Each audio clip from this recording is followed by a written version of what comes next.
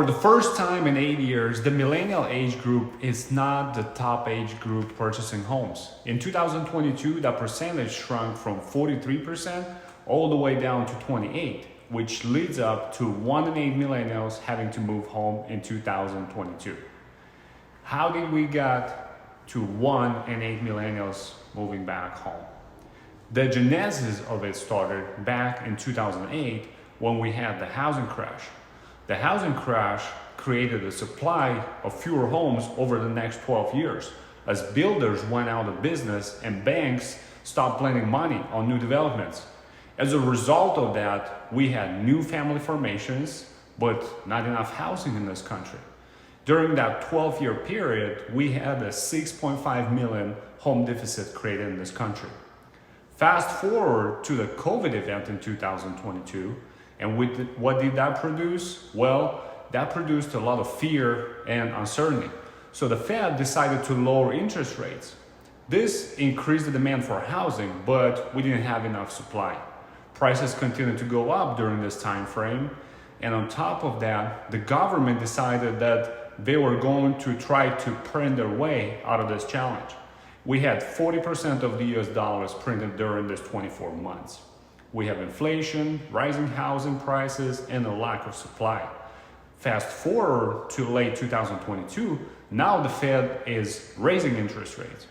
Higher interest rates, along with higher prices, that's resulted in a housing affordability index here in Seattle at 116 and across the nation going below 100. A housing affordability index below 100 means the average income can't afford the average home. That's where we see it for millennials.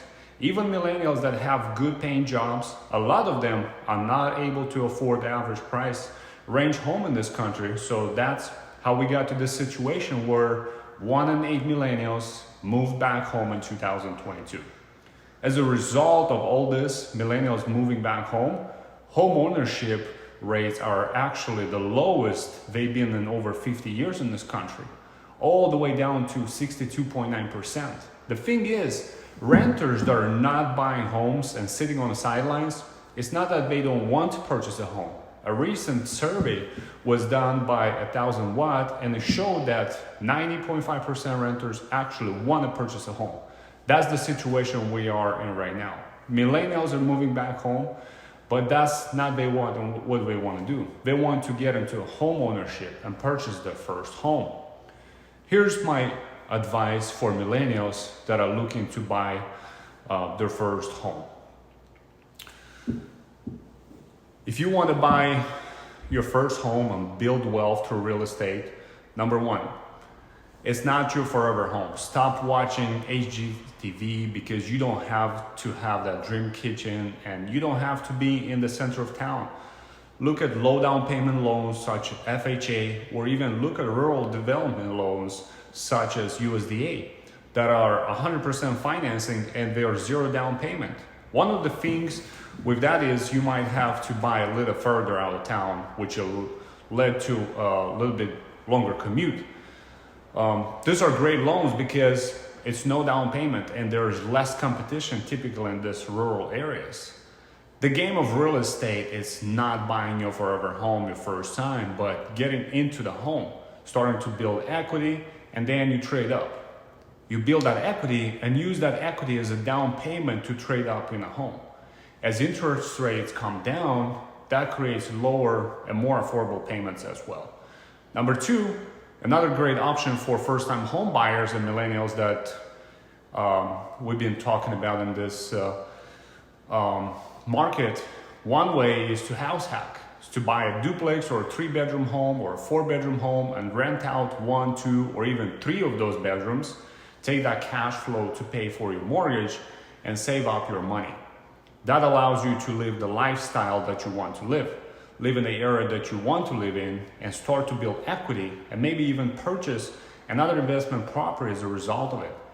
House hacking is a great option for first-time home buyers and millennials right now.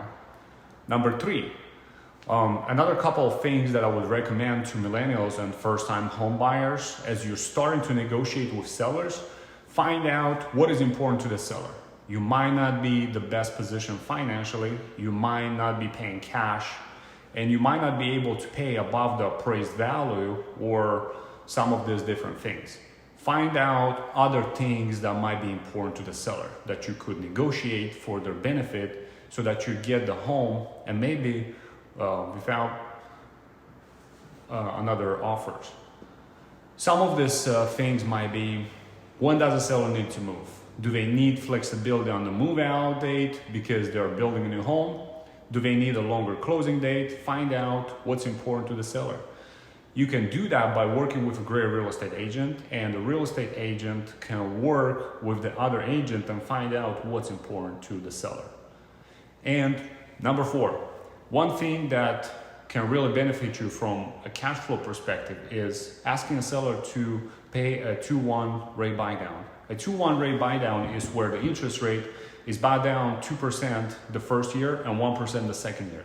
So if the rates were at 6.5 today, that would mean that a 2% buy down would be 4.5 in your first year, and then 1% down the second year, which will be 5.5. Then you get to year 3, and it's very likely that interest rates are going to be lower, and that's where you would potentially refinance your home.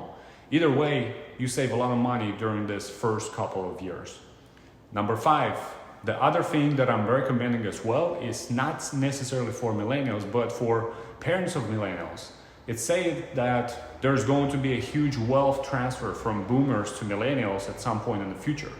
You boomers out there that have benefited from higher stock market values and real estate values going up is to go ahead and look at creating some gifting for your first time home buyer millennial now, so they can go ahead and get into the game of real estate and start building wealth.